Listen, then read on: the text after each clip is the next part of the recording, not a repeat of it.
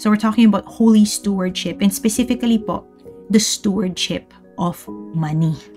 Ako, alam niyo po, I kind of remember a few months ago, we had a series on stewardship. And so parang a lot of the things I'm going to share tonight is a little bit of a recap of those things, no?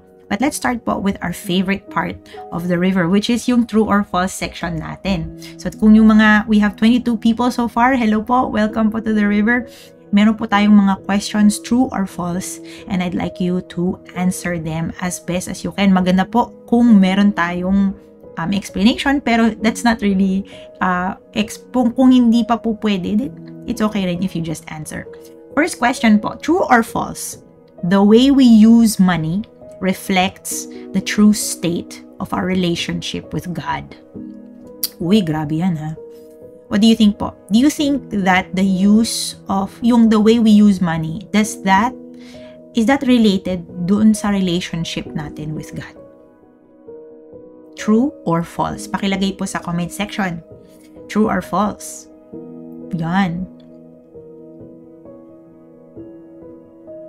Ang mahirap sa Facebook, no? Hintayan tayo kasi medyo may lag. Pero maganda pong mag-answer. Ang maganda rin po is na you write your number 1. So this is question number 1. Oh yun, my mommy is the first one. Her answer is true. So she believes na the way we use money is very related to yung relationship natin. Oh, same rin. So far, si Jedeline, si Ate Valen, si Mama Bear, you've all answered true. Oh. And I think for this, no, this is an easy first question. And I want to remind us po of a story that we also all know. Remember po, one day, there was a rich young man who came to Jesus and gusto niya na ma-acknowledge as someone that has earned eternal life. And sabi nga niya na na-obey na daw niya lahat ng mga commandments. And Jesus told him, if you want to be perfect, then you go sell your possessions and give it to the poor. And you will have treasure in heaven. Yun nga lang, hindi po siya pumayag kasi nga mayaman po siya. And so as you can see, even though he was giving, he was faithful, but yung dumating na dun sa part where he was supposed to give to the poor, it really showed yung true relationship niya with God. Now, Jesus warns us po, no, that the way we use money shows our true treasure. Narinig niyo na po ba yan? In Matthew chapter 6, there's a whole passage about that. And the Lord said na either we treasure God or we treasure money. It can never be both. So yes, it's true that the way we use money really reflects our relationship with God. Question number 2 po. For those people na ngayon pa habol siya, ayan, true or false? How much we give to God doesn't matter. How much we give doesn't matter to God.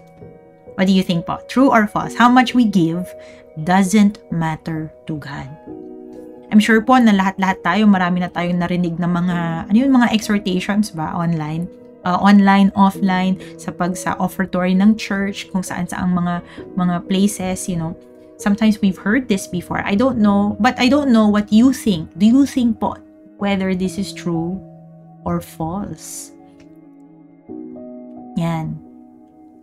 And maganda po, we are now approaching our 30. So 30 live stream watchers. Welcome po to everybody. Kung meron po tayong, yung answer po natin, ilagay po natin sa comment section. How much we give doesn't matter to God. Ang tingin nyo?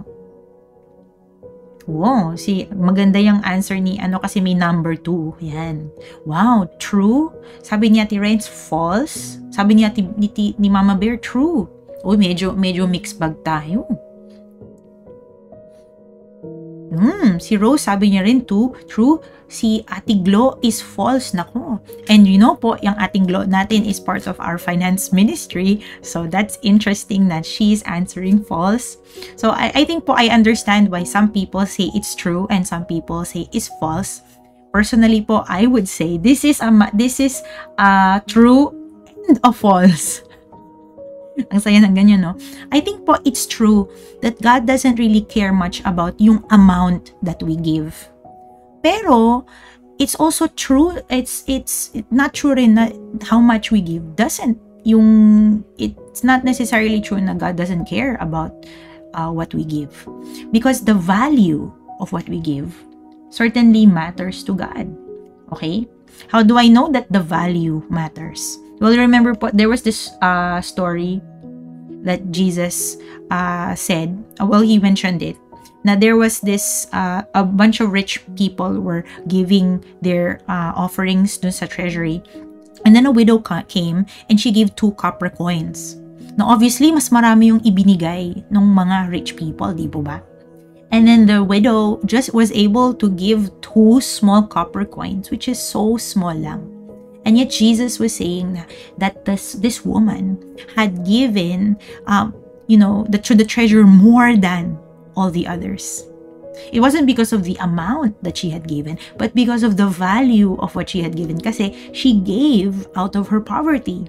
So yung kahit na maliit lang na the amount was small, but the value was big. And po, we need to remember po that the value of what we give matters to God. We should not, yung parang some people, okay na tayo na at least nakapagbigay ako sa Panginoon. Pero in the words, I believe of David, I will not give God what cost me nothing. Nako. Question number 3. Nako, ayan. Question number 3. True or false? People who faithfully give are righteous in the eyes of God. Hi, Jojo! Yan. What do you think po? Yes. People who faithfully give are righteous in the eyes of God. Mamaya po yung mga, I'm mentioning all of these questions. Mentioning all of these stories. Kasi all of these stories are meant to kind of help us get into this topic, no? Nako. What do you think po? Yung mga tao po ba na nagbibigay ng tapat, are they righteous in the eyes of God? Tingin nyo. Sabi ni Mommy, false. Is this false for number 3? Yeah, oh.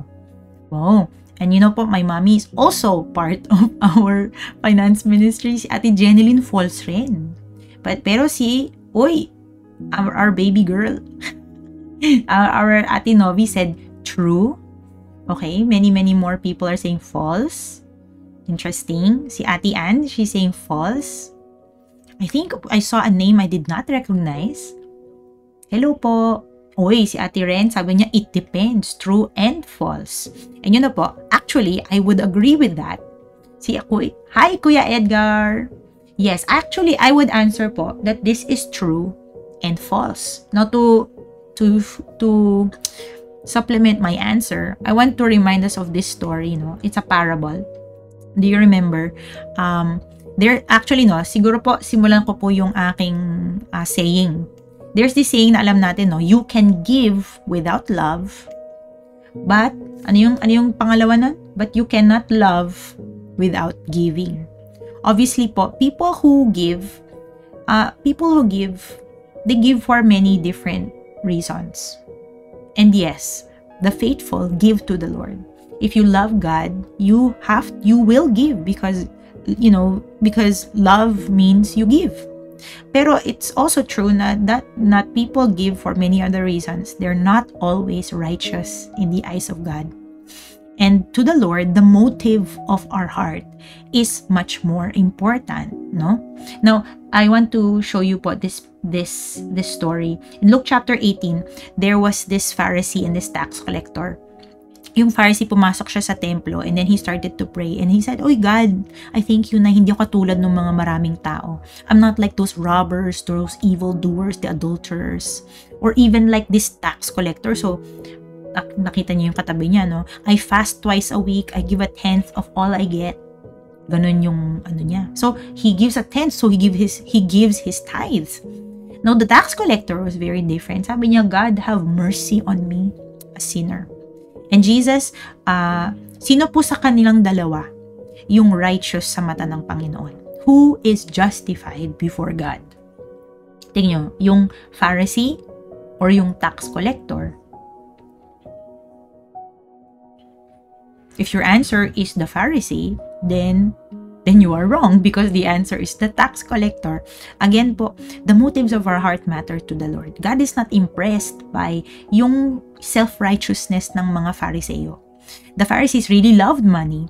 And Jesus even told them once, sa Luke 16, I believe, na you like to make yourself look good, pero God sees your heart.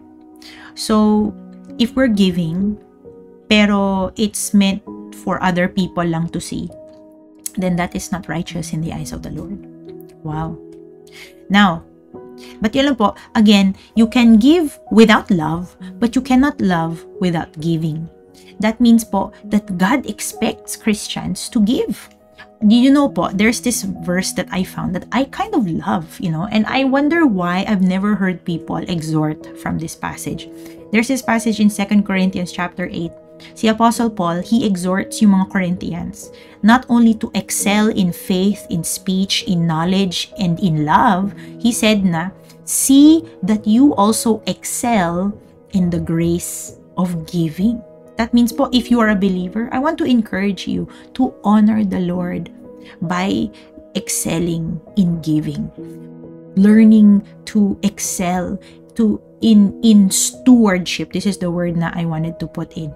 Because this is what I believe honors God. This is how we keep the 8th commandment, by holy stewardship. Now tonight po, since I've talked a lot about all of these stories in the Bible about giving, I'd like to study a little bit of a parable, po. Pero this is a little different because this parable po is one of the strangest parables Jesus ever taught. In fact, if you have read your New Testament, if you read it in Luke chapter 16, you might have thought na, ay, parang ang weird nito ha. Medyo iba siya. So, I pray po na even though this is going to be a really short teaching, I pray na may mapulot po tayong aral from this. Basahin po from Luke chapter 16, pero basahin ko po lang muna. Luke 16 from chapter 1, pero hanggang verse 8 lang yung babasahin ko. But tonight po, if you later on, I want you to read through the whole thing. It's very good. I'm gonna read first from the NKJV. Sabi ni Jesus to his disciples, there was a certain rich man who had a steward, and an accusation was brought to him that this man was wasting his goods. So he called him and said to him, what is this I hear about you? Give an account of your stewardship, for you can no longer be a steward. Naku. Susunod po. And the steward said to himself, what shall I do, since my master is taking the stewardship away from me? I am not strong enough to dig. I am ashamed to beg. I know what I shall do, so that when I am removed from the stewardship, they will receive me into their home. So, meron siyang plano. Verse 5. So, he invited each person who owed money to his master, to his employer, to come and discuss the situation. He asked the first one, how much do you owe him? The man replied, I owe him 800 gallons of olive oil. So the manager told him, take the bill and quickly change it to 400 gallons. Uy, nangalahati. Now, I just want to pause po and explain na the reason why the price is lower is probably because tinanggal niya yung patong niya. Okay? Steward siya, and this is not a good guy. This is a bad guy. Naglagay siya ng patong, and now natatanggalin niya yung patong. This person will now think na, uy, nakamura ko. Uy, medyo merong there. Now this person will feel indebted to him, even though ang tinanggal lang niya is yung commission niya, yung patong nga niya. Verse 7, he did it again. He said to another person, how much do you owe my master? He asked the next man, I owe him 1,000 bushels of wheat. Here, the manager said, take the bill and change it to 800 bushels. Okay, now Jesus then said, the servant in the story was not honest, but his master spoke well about what he had done. It would help the servant later in life. People that do not obey God think carefully. They know how to dwell with people who are like themselves, but people who live in God's light often think less carefully. Whoa. Now, alam niyo po, I'll admit to you, there are many parables that we love. When we talk about stewardship, most people, they want to talk about the parable of the talents. But tonight po, this is the passage that the Lord brought to my mind. And I pray po na we will look at this story and we will listen to what the Lord wants to say. Now, I want to clarify some things po, because there's a reason why this parable is so tricky when you just read it, no? First of all, I want to remind you that this is not a normal parable.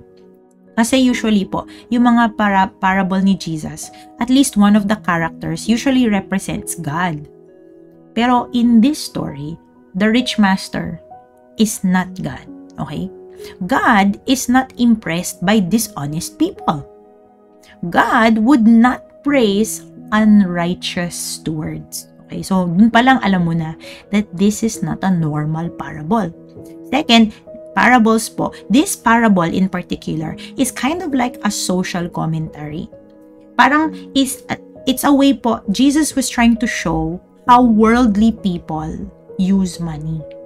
Paano ba mamuhay yung mga makamundong tao? Paano ginagamit yung pera? Worldly people like to make deals. I do this for you, you do this for me. Worldly people, they use money in dishonest and self-serving ways. Which leads me to my third point about this parable, na this is not an example for us to follow. God is not telling us na dapat maging tuso. I'm not sure if it's tuso or anyways, God does not want Christians to be like, to use money in clever ways para maka-ahead tayo sa iba, no? God wants His people to be honest. Okay? He wants to be honest managers. God wants His people to be righteous stewards. So parang, Jesus is telling this story, but it's a negative example. Okay? Now, from this parable po, there are actually a lot of things we can learn on how we can grow and excel in stewardship. Na yung binigay sa atin ng Panginoon na magamit natin sa wastong ayos. The first thing I would like to exhort you to do from this parable is now we need to remember. Now, there are two things we need to remember. The first one is that we need to remember who we are. Remember who you are. In the parable po, you and I, we're stewards. Okay? We are stewards. Ano po yung mga stewards? Mga tagapamahala, di ba? They are stewards, not owners. Servants, not masters. Nalala ko po yung sinasabi ni David once na, wealth and honor come from you. In your hands are strength and power. Everything comes from you. We give you what you have given to us. Alam niyo po, it's so important that God's people remember who they are, because when we forget that, that's when things go wrong. Alam niyo po, stewardship is a position of power, but also trust. It's also that something has been entrusted to us. God has given us His trust. And so, importante po that we have this honesty and personal responsibility, especially during the time that our Master has not returned yet. So, the first thing that we must do to excel in stewardship is to remember na regardless of whether nandyan si boss o wala, tayo ay pinagkatiwalaan. Tayo po ay mga katiwala, right? So remember who you are. But the second remembering must be that we must remember who we serve. Now, in the parable po, hindi po masyadong the master there, he's not very good. Pero it's true po that every steward has a master. But our master is superior. First of all, our master is superior kasi our master does not need other people to tell him if we are not doing a good job. Our master does not need people na magsumbong sa kanya na, huy, yung servant mo, hindi niya ginagawa yung tungkulin niya. Why? Because God already knows. He knows everything. He knows what we are doing. Nothing is hidden from Him. Not our motives, not our plans, not yung mga shortcuts na ginagawa natin. Wala po tayong maitatago sa Kanya. Now, in the parable, you notice na after na-confront yung steward, sinabihan na siya na kailangan ng I want to check yung mga trabaho mo. And you are going to be removed from your position. But alam niyo po, our heavenly master is totally superior. Kasi once our master starts the accounting, there won't be time to fix it. Alam niyo po, our heavenly master, his judgment is swift and final. Wala na pong kawala. So by the time that the accounting comes, we better be ready. Nako. Now, in the parable, dun sa dulo, di ba, the master praises the dishonest steward. Na parang ang galing mo naman, na nagawa mo pa ng paraan na pwede kang magkaroon ng ginhawa pagkatapos na mawalan ka ng trabaho. But alam niyo po, our heavenly master, he's nothing like that guy. Our master, he is righteous, he is just in all his ways. He will not tolerate dishonesty. He will not tolerate yung mga shortcuts, yung mga para-paraan natin. No? He wants us to do things His way. So if you want to excel in stewardship, is very important po na maintindihan natin yung standard ng Panginoon, kung ano yung tama sa mata niya, kung ano yung kagustuhan niya. Because even though we live in a world that does not subscribe to that. Now, second thing po that we must do, and this one is going to be the big one, is that we need to be wise. No po, I don't know if you noticed, but there was a very strange verse in Luke chapter 16. Yung po yung part where the master praised his dishonest manager or steward for looking out for himself so well. That's how it is. Now, the people of this world look out for themselves better than the people who belong to the light. Now, kanina po, I mentioned that this parable is a negative example. It means na it's not an example for us to follow. It's a picture of how worldly people use money. And ano po yung natutunan natin about how worldly people use money? First, they use money to benefit themselves. Okay? It's not for their master's benefit. It's not for people's benefit. It's for them. For their comfort. Yung mga plano nila, yung kagustuhan nila. Second, we learn that worldly people, they don't care about rightness. They don't care kung moral ba yung ginagawa natin, kung ayon ba yan sa batas, kung labag ba yan sa batas. No, for them, what's right? It's right if there's profit. Kung meron tayong makukuha dyan. And third thing that we learn from the parable is that yung worldly people, they find their security in money. Alam niyo po, in the US, when you have a US dollar, if you read at the back, there's this part that says, "In God we trust." Pero alam niyo po, worldly people don't trust in God. Worldly people trust in money. And so sabihin nila siguro is, "In money we trust." Now, alam niyo po, for the people of the world, these kinds of wisdom, they're perfectly reasonable. And in fact, alam niyo po, katulad po nung sabi ni Jesus, people in the world are very consistent in following these wisdoms. Okay? They're very committed to following this wisdom. And that's why po, Jesus was saying na mabuti pa yung mga worldly people. They're so committed. They're so committed to this wisdom. However, tayong mga Kristiyano, tayong mga people of God, we are not as committed to following yung heavenly wisdom, to following what God says is wise. And meron pong warning sa 1 Corinthians chapter 3. Sabi ni Paul, "Do not deceive yourselves. If any of you think you are wise by the standards of this age, you should become fools, that you may become wise. For the wisdom of this world is foolishness in God's sight." Kung balikan ko po yung listahan ko po ng wisdom, balikan ko po siya for a while. Ayan.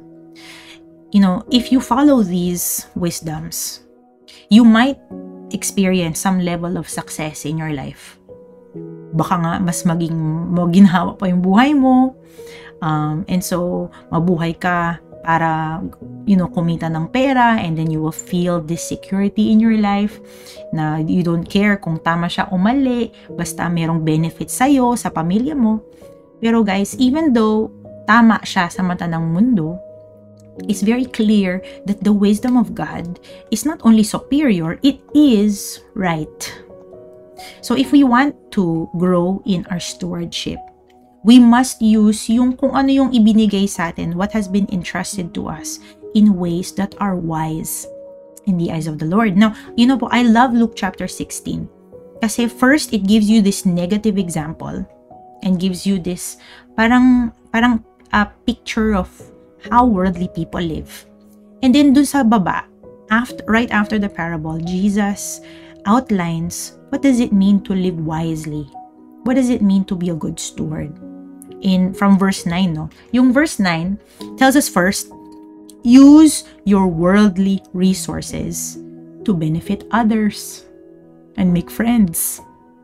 Alam naman po natin, I think somebody mentioned this verse po, 1 Timothy 6:10. Money is the root, the love of money is the root of all kinds of evil. Money itself is not bad. Money itself is not evil. Pero pag mahal mo yung pera, hahabul-habulin mo yun, di ba? But po, even though yes, money can be used in worldly ways, God wants us to use it to benefit others. God wants us to use it for His purpose and for His glory. Second thing, if you read Luke 16 verse 10, sabi dun, if you are faithful in little things, you will be faithful in large ones. However, if you are dishonest in little things, you won't be honest with greater responsibilities. It's very clear po na we should use money in a way that honors God. I think, I didn't put it there. It's so very clear po. Some people think na, I'm sure na it doesn't really matter how I got this money. Basta nakapagbigay ako sa Panginoon. Can you imagine that? Some people, they think na, some people, they'll say na, okay, I didn't get this money in yung medyo gray siya na area. Pero at least, nakapag-offering ako sa Panginoon. May question po ko sa inyo. If you stole money, and you gave an offering to the Lord from that stolen money, will that offering honor God? Ano po tingin natin? And by the way, we have 36 people tonight. Wow. If you stole, again, question ko po sa inyo, kung tayo magnakaw or kumuha tayo ng pera na hindi atin, tapos mag-offering tayo sa Panginoon from that money, tingin niyo po ba we can honor God? Oh, yeah. Tama ka, Ate Evelyn. No, we can't. What if, sabihin natin, okay, if you borrowed money, magpunta ka sa friend mo kasi gusto mo pumunta ng Canada. You borrowed money from them, pero hindi ka nagbayad. Tapos once nakapunta ka na ng Canada, can you testify na, the Lord made a way? What do you think po?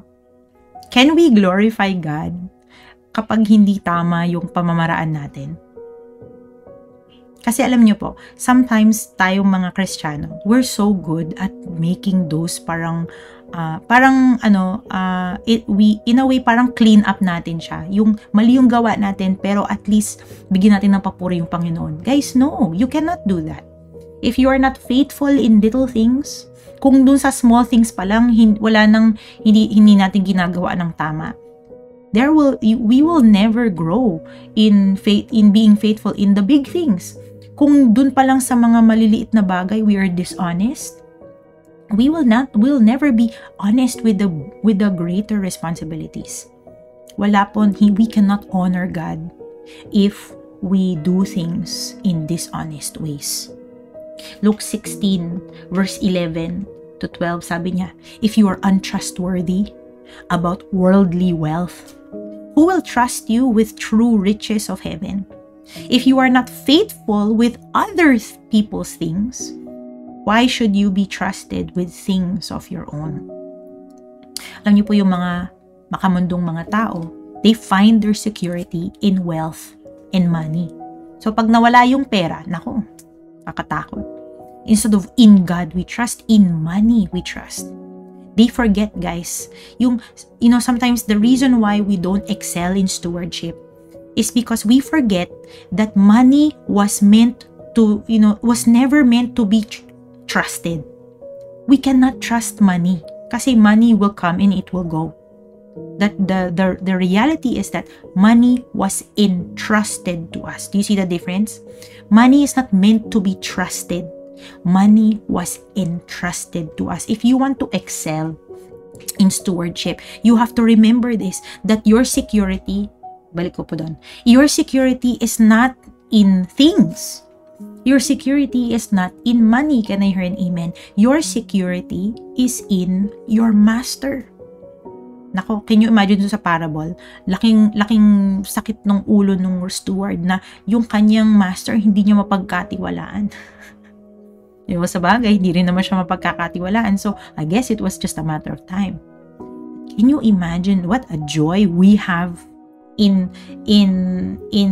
as we use yung money ng Panginoon, knowing na napakatapat ng Panginoon, na napakabuti ng Panginoon, na that He is just and righteous, that He will punish the wicked and He will reward the faithful.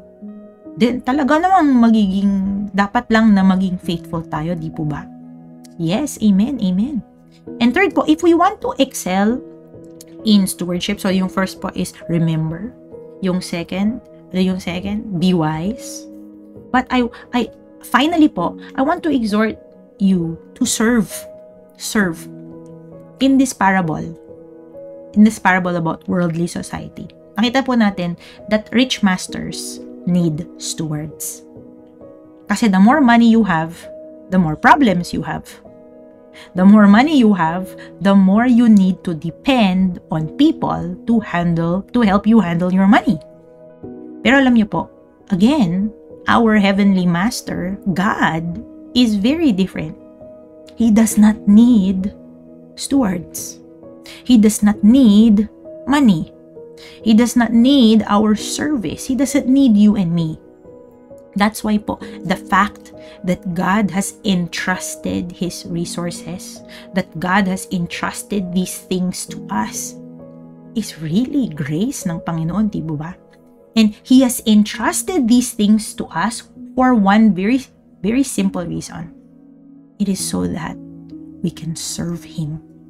Now sa Luke 16:13, Jesus gives this reminder, no one can serve two masters.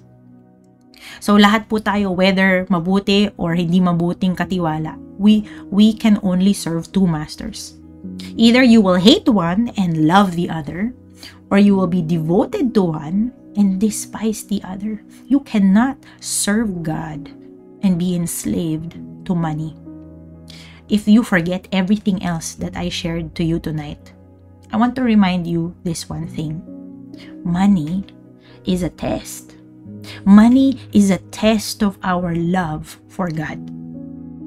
Again, yes, money can tempt you away from God, pero God meant it for good. God gave us all wealth and the ability to create wealth so that not only na matest yung ating love for Him, but na ma-strengthen yung sincerity ng pagmamahal natin sa Kanya.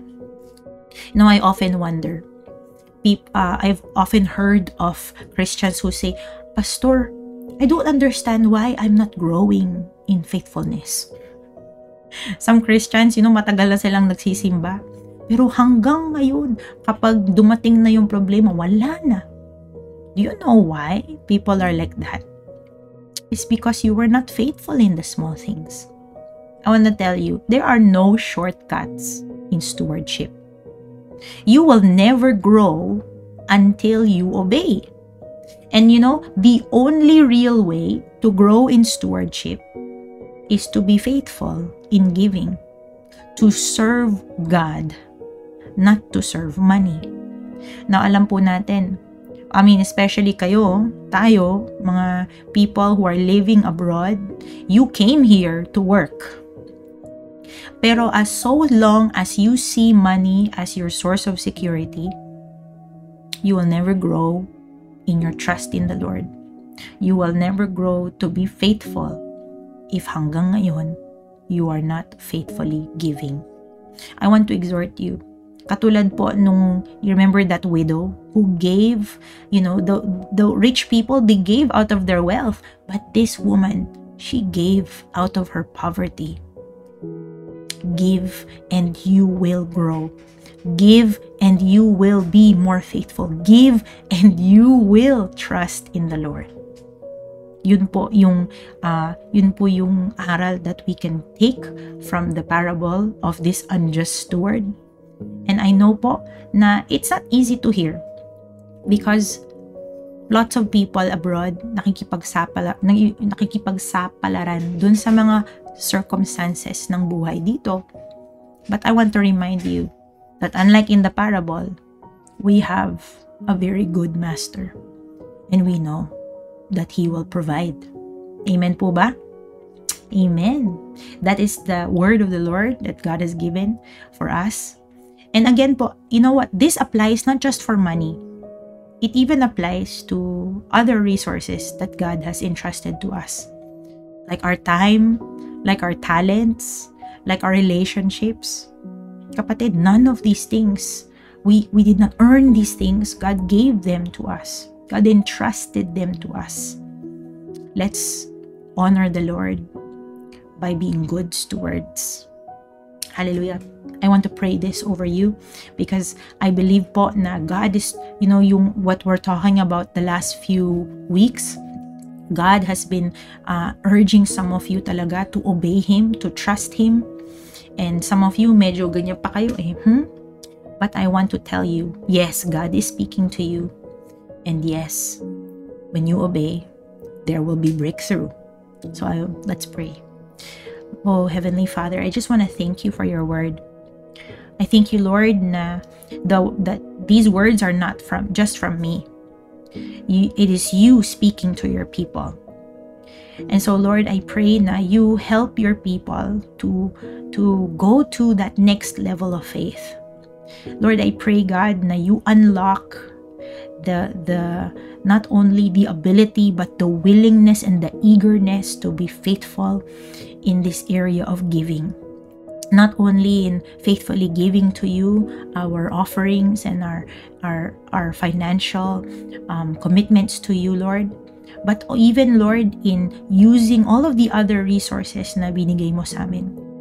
Na gamitin namin yung oras namin ng maayos, Lord, na we're not just going to waste our time on things that don't matter. Lord, we also want to offer to you yung aming mga talents, yung aming mga abilities. Lord, kung talagang tinatawag mo kami, then Lord, I pray that more people will be willing to invest their time to hone yung mga abilities nila. Lord, I pray, God, na you keep us from wasting what you have given to us. Because we know, Lord, na you are coming soon. Parating ka na. And when you come, there will be an accounting of the things you have given to us. And Lord, one day when we stand before you, we don't want to hear the disappointment, God, in your voice. Rather, God, we want to hear you say, "Well done, good and faithful servant." Whether you have given us much, Lord, let us be faithful with much. If you have given us little, then let us be faithful with little. Lord, for your glory and your honor, I pray na palakihin mo yung aming pananampalataya, Panginoon. Na yung mga worries namin, I pray that you silence them by reminding us na you have never failed. You have never been late. You have always provided what was needed. And so I pray, God, if there are people tonight that were hoping, God, to hear from you, Lord, let this be a confirmation to them that obedience is better than any sacrifice. Lord, I pray that we will do what is right in your eyes. In Jesus' name we pray. Amen and amen. Hallelujah. Amen. Nako, like I said po, this is one of those times na yung word is so straightforward. So I think now we have a little bit of time at the end of our sharing tonight to share some of the things na God has been impressing, I guess, in our hearts, no? If you are here po, hi! Ano po tingin nyo? The past, I'm not just talking about yung sharing natin nung Sunday or nung Saturday, but lately po, all of these talks that we have been getting from the Lord, yung series natin, even yung mga readings natin sa Deuteronomy, if you're joining us, what has God been telling you? What is something na God is urging you to do? Tingin nyo. I know some of you, maybe maybe you feel a little bit parang, I'm not sure if I want to talk about that. Pero po, maganda po siya. But it's always good to share what God, to share what God is speaking to us. Kasi that's one way that we can be accountable, I guess. And, po, I don't know why my comment section is not working again. But I guess it doesn't matter.